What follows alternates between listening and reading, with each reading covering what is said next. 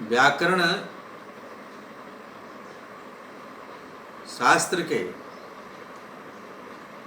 महाभाष्य ग्रंथ को राजस्थान संस्कृत विश्वविद्यालय ने शास्त्री तृतीय वर्ष के संस्कृत वाङ्मय में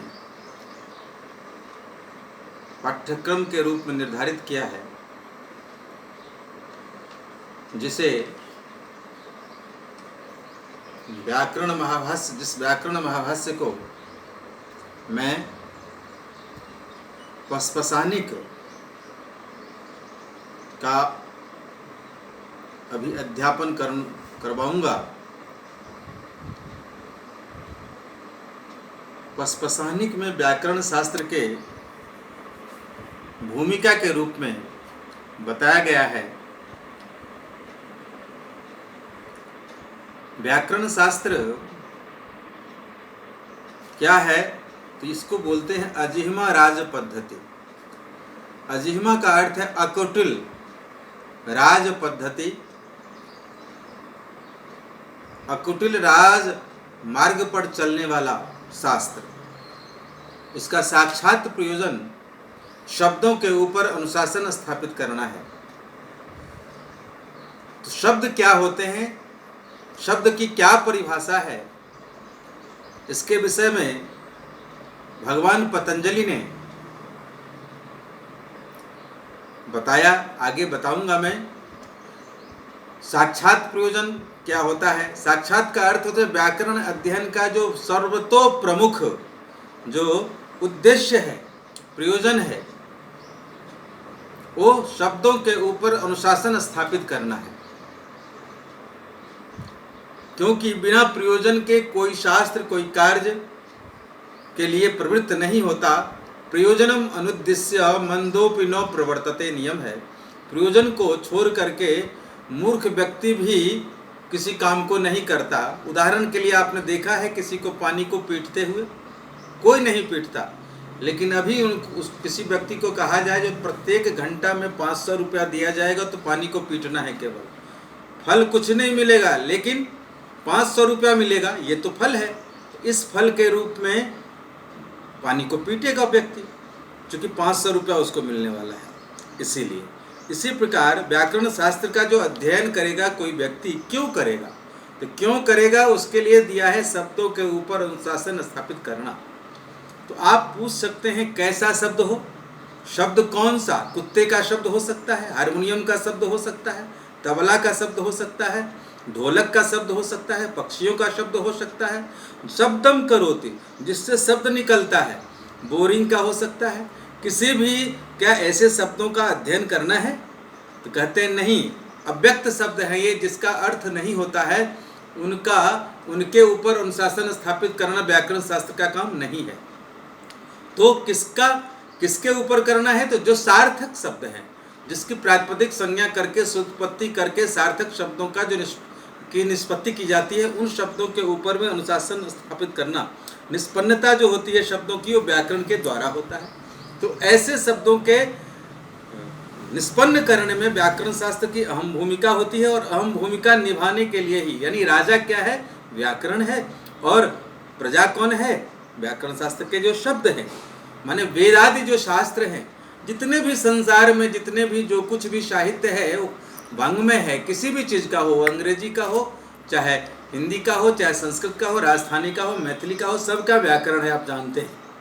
लेकिन अब व्याकरण का प्रयोजन क्या है ये किसी ने नहीं बताया है हमारे संस्कृत में, लेकिन हम बताते हैं, समझते हैं, पूछते हैं क्या प्रयोजन है? तो शब्दों के ऊपर अनुशासन स्थापित करना। अब ये शब्द क्या होता है? शब्द बताया मैंने, इन शब्दों का जो अव्यक्त शब्द है जिसका अर्थ नहीं होता, उसके ऊपर अनुशासन स्थापित नहीं करना है। कुत्ते के शब्दों का क्या मीनिंग होता है ये अपन को पता है क्या? उसको नहीं करेंगे, उसके ऊपर अनुशासन नहीं चलता। तो किस पर चलता है? तो जो व्युत्पन्न है। व्युत्पन्न माने जहाँ पर प्रातिपदिक संज्ञा हुई है, जहाँ पर सुत्पत्ति हुई है, सार्थकता जहाँ पर है, अर्थपद धातु प्रत्यय प्रातिपदिकम इत्यादि और इत्यादि जो सूत्रों से जिसको निष्पन्न किया जाता है, उनको सार्थक शब्दों के ऊपर में हमारा शासन चलता है। तो वो शब्द है क्या? तो कहते हैं शब्दः कस्तर्हि शब्दः। तो कहते हैं कस्तर्हि शब्दः जेनोच्चार्यतेन सासना लांगूर ककुदकुर विषानीनाम संप्रत्ययो भवति सौ शब्दः। पहले सबसे प्रथम में तो पतंजलि ने बोला जो लौकिक और वैदिक शब्दों दो विभाजन किया है उन्होंने, लौकिक शब्दों के ऊपर अनुशासन करना और वैदिक शब्दों के ऊपर अनुशासन करना। तो लोके भवः लौकिकाः, वेदे भवः वैदिकाः। लोक में जो शब्द प्रचलित हैं उनको लौकिक बोलते हैं और जो वेद में प्रचलित हैं वो वैदिक होते हैं। लेकिन ये आप समझ लीजिए जो लौकिक शब्द जो हैं प्रायः वो सारे के सारे वेद में हैं, लेकिन कुछ ऐसे शब्द हैं वैदिक जो लोक में प्रचलित नहीं हैं, इसलिए लौकिक वैदिक ये भेद किया गया। लौकिक शब्दों को और वैदिक शब्दों को क्या करना है, उनके ऊपर शासन स्थापित करना है, व्याकरण का काम। अब ये शब्द क्या होते हैं तो कहते हैं शब्द कस्तर्हि शब्दः, कोयम शब्दः गौ इत्यत्र क शब्दः। अर्थात एक उदाहरण के लिए गाय शब्द लिया गौ, तो गौ जो शब्द है ये कैसे, तो विकल्प दे रहे हैं, 4 विकल्प दिया है भगवान पतंजलि ने। चारों विकल्पों को खंडित करके 5वां जो उत्तर है वो उत्तर उन्होंने दिया। तो पहला विकल्प क्या दे रहे हैं, किंजत्तत् सासना लांगूल ककुदकुर विखान्यर्थ रूपम सौ शब्दः। कहते हैं जिससे सासना का, लांगुल का, सासना बोलते हैं जो गलकंबल होता है गले में लटकता रहता है बैल या गाय को, सासना लांगुल पूछ, ककुद पीठ के ऊपर में जो होता है वो कुल्ला उसको बोलते हैं ककुद, खुर आप जानते हैं पैरों में होता है, विषाण सींग को बोलते हैं। ये जो अर्थ रूप में दिग्दर्शन होता है क्या वही शब्द है, तो उसको खंडित करते हैं भगवान पतंजलि। कहते हैं नेत्याह द्रव्यम नाम तत्, वो द्रव्य है वो शब्द नहीं है। दूसरा विकल्प दे रहे हैं जत्तर्हि तदिंगितम चेष्टितम निमिखितम स शब्दः। कहते हैं दूसरा विकल्प कहते हैं जत्तर्हि तदिंगितम, यानी उसके द्वारा इंगित किया गया। गाय ने जैसे इशारा किया, आंख को मटकाया, पूंछ को हिलाया, इंगितम चेष्टितम चेष्टा किया, अपने पीठ पर हाथ रखो या पानी डालो तो सिहराता है, उसमें गति करता है। तो तदिंगितम चेष्टितम निमिखितम सौ शब्दः। कहते हैं नहीं, उसको भी कह न इति आहा, वो भी शब्द नहीं है। क्यों, तो कहते हैं क्रिया नाम सा, वो तो क्रिया है, वो शब्द नहीं है। तीसरा विकल्प दे रहे हैं फिर जत्तर्हि तत् शुक्लो नीलः कपिलः कपोत इति सौ शब्दः। कहते हैं जो गाय नील वर्ण का है, शुक्ल वर्ण का है, कपिल वर्ण का है, कपोत अर्थात चितकबरी वर्ण का है, क्या वही शब्द है। कहते हैं नेत्याह, वो भी शब्द नहीं है। वो क्या है, तो गुणो नाम सह, तो लाल पीला काला नीला चितकबरा ये सब गाय का क्या है, गुण है, वो शब्द नहीं है। ये भी खंडन कर दिया। तो फिर कहते हैं जत्तर्हि तत् भिन्ने, चौथा विकल्प दे रहे हैं तत् जत्तर्हि तत् भिन्नेस्व भिन्नम छिन्नेस्व छिन्नम सामान्य भूतम सौ शब्दः। तो भिन्नों में भी अभिन्न, छिन्नों में भी अच्छिन्न वही शब्द है। भिन्नों में भिन्न, छिन्नों में अच्छिन्न, ये क्या है, ये क्या चीज़ है। कहने का अर्थ है गौ जो जाति है उस गाय में कोई छोटी गाय, कोई बड़ी गाय, कोई काली गाय, कोई पीली गाय, कोई हरी गाय, कोई नीली गाय, कोई चितकबरी गाय, जो भी है भिन्न भिन्न प्रकार की जो गायें हैं। तो गाय कहने से तो गाय अवबोध हो रहा है, परंतु एक नीली गाय है, एक काली गाय है, एक चितकबरी गाय है, तो भिन्न होते हुए भी अभिन्न, गाय के रूप में तो अभिन्न है, लेकिन काली और श्वेत और कपोत इस सब के हिसाब से वो भिन्न है। तो भिन्नेषु अभिन्नम छिन्नेषु अच्छिन्नम, ये वो बता रहे हैं पतंजलि, यही शब्द है। तो कहते हैं नहीं, ये भी शब्द नहीं है। तो ये क्या है, आकृतिर नाम सा, वो उसका स्वरूप है, ये शब्द नहीं है। देखिए 4 विकल्प को चारों को खंडित कर दिया। 5वां आपको गुस्सा होकर के कह रहे हैं ये कौन सा शब्द है, कस्तर्हि शब्दः। तो कहते हैं जेनोच्चारितेन सासना लांगुल ककुदकुर विखानी नाम संप्रत्ययो भवति स शब्दः। अथवा पतित पदार्थ को लोके ध्वनि स्वतः, जिस शब्द के उच्चारण करने से सासना का, लांगूल का, ककुद का, खुर का, विषाण का संप्रत्यय होता है, बोध होता है, ज्ञान होता है, समझ होती है, प्रतीत किया जाता है, उसको शब्द की कहते हैं। अथवा प्रतीत पदार्थ को लोके ध्वनि शब्दः, किसी के ध्वनि करने से जो शब्दों के बारे में प्रतीत होती है, जैसे मैंने आग कहा तो आग का बोध हो रहा है, आपके दिमाग में कुछ आग के विषय में चल रहा है, पानी कहा तो पानी के विषय में चल रहा है, तेल कहा तो तेल के विषय में चल रहा है। जिस शब्द को उच्चारण करने से आपके दिमाग में आकृति बनती है, गुण बनता है, क्रिया बनती है, द्रव्य बनता है, उस सब का जो बोध होता है समूह रूप में, वो शब्द बोला है। प्रतीति होना जो है उसको शब्द कहा जाता है, न कि उन 4 विकल्पों को। कहने का अर्थ है जिस शब्द के माध्यम से आपके दिमाग में अवबोधन होता है, सम्यक रूप से प्रतीति होती है लोक में ध्वनि से, उसको हम शब्द कहते हैं। ये उन्होंने शब्द के परिभाषा के विषय में बताया। तो शब्द की परिभाषा क्या हुई? प्रतीत पदार्थ को लोके ध्वनि ही शब्द, ये अंतिम है उनका। और इससे पहले बताया था उनका शासना लांगुल ककुद अकुर बिखानी नाम संप्रत्ययो भवति सब शब्द। वहाँ संप्रत्यय माने प्रत्यय माने संप्रत्यय माने बोध होना, और प्रतीत पदार्थ को माने भी ज्ञान होना, पदार्थ का की प्रतीति होना, इसको हम शब्द कहते हैं। अब ये शब्द की परिभाषा देने के बाद भगवान पतंजलि व्याकरण के प्रयोजन के विषय में आपको बता रहे हैं। प्रयोजन, कानि प्रयोजनानि वर्तन्ते व्याकरण शास्त्रस्थ, कहते हैं कानि पुनः शब्दानुशासनस्य प्रयोजनानि। व्याकरण शास्त्र के कितने प्रयोजन हैं? तो मुख्य प्रयोजन कितने हैं? 5। और साक्षात प्रयोजन आपको पहले बता दिया है, शब्दों के ऊपर अनुशासन स्थापित करना, ये व्याकरण शास्त्र का साक्षात प्रयोजन है। 5 मुख्य प्रयोजन हैं। कौन कौन से 5 हैं वो? रक्षा, ऊह, आगम, लघु और असंदेह। रक्षा है पहला रक्षा है। तो रक्षा किसकी रक्षा करना? खुद की रक्षा, माँ की रक्षा, पिता की रक्षा, देश की रक्षा, राष्ट्र की रक्षा, किसकी रक्षा? प्रश्न उठता है। कहते हैं रक्षार्थम वेदानाम अध्येयम व्याकरणम। व्याकरण शास्त्र लाठी और बंदूक लेके देश की रक्षा करने थोड़ा जाएगा। व्याकरण शास्त्र रक्षा किसकी करता है? तो वेदों की। रक्षार्थम वेदानाम, वेदों की रक्षा करने के लिए व्याकरण शास्त्र का अध्ययन करना चाहिए। तो वेदों की रक्षा कैसे होगी वो आगे बताया जाएगा।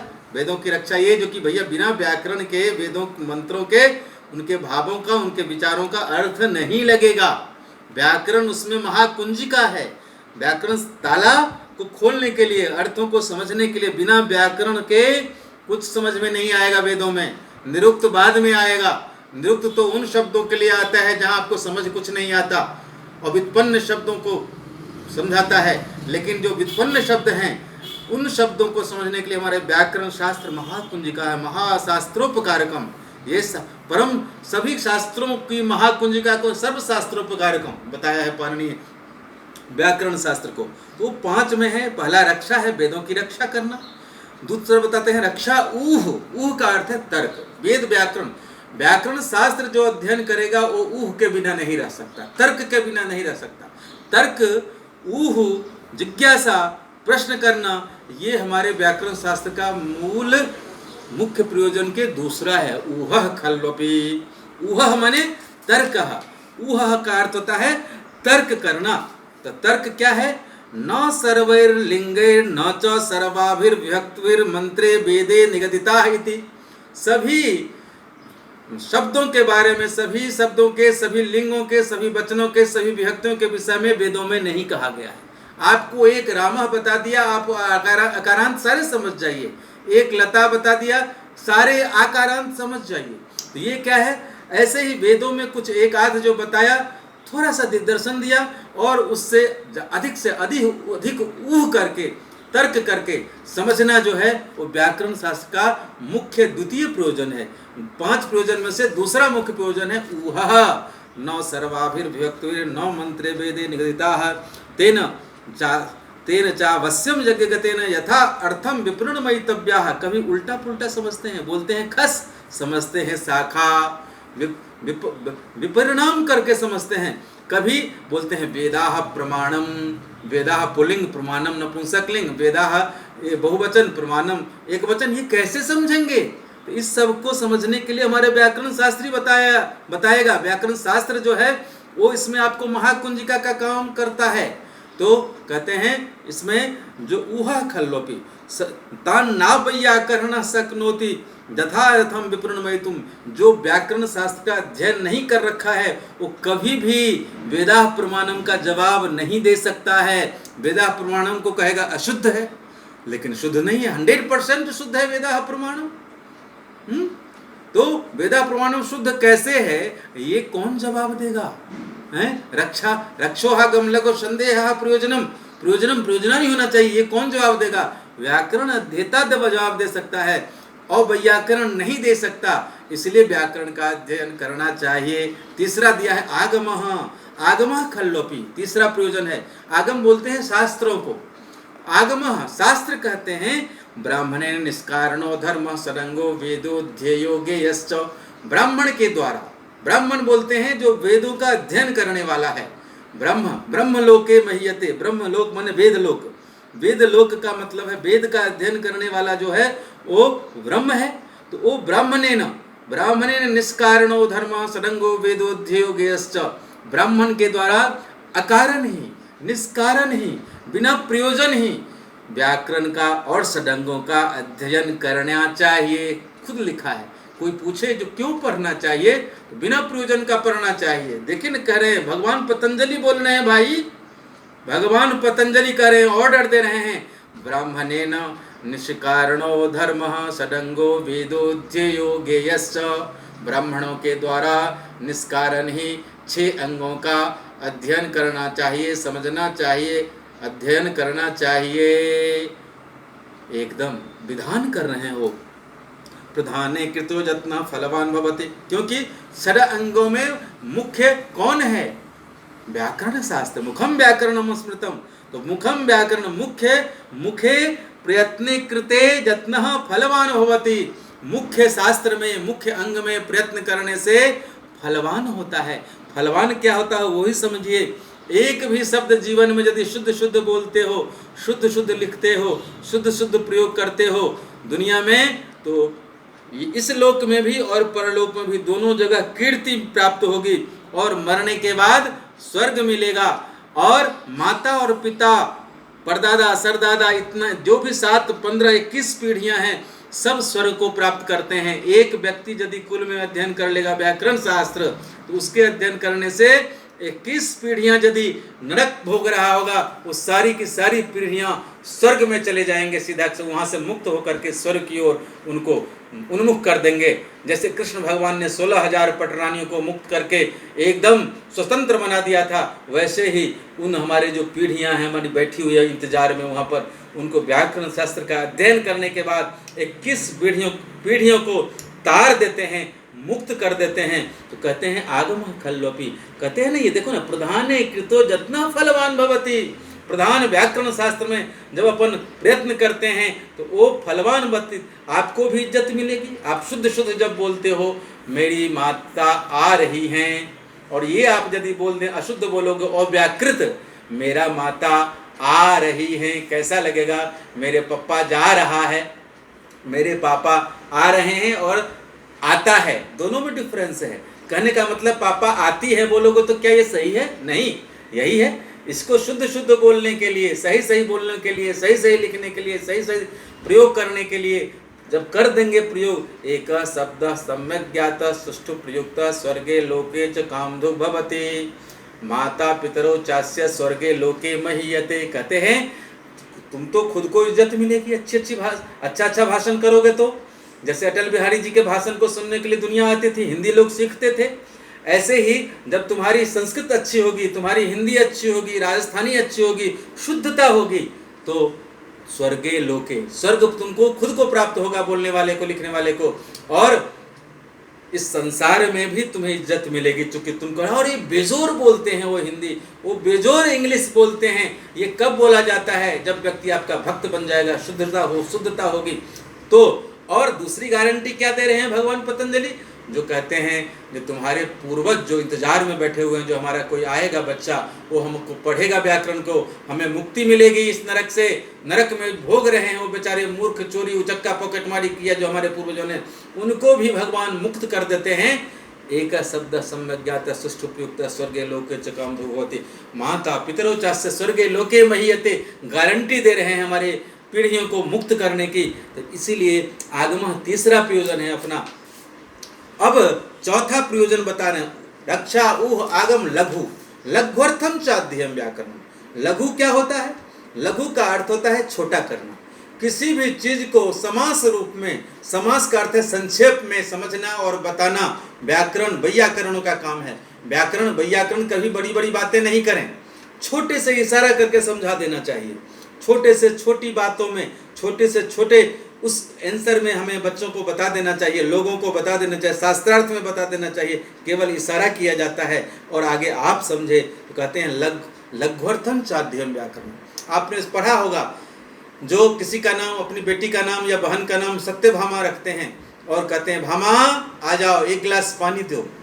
भामा कहने से सत्यभामा आ गई, तो सत्या कहाँ गई? नाम तो सत्यभामा है, बोल रहे हैं उसको भामा, तो भामा सत्या नहीं बोले, तो भामा कहने से ही काम हो जाता है।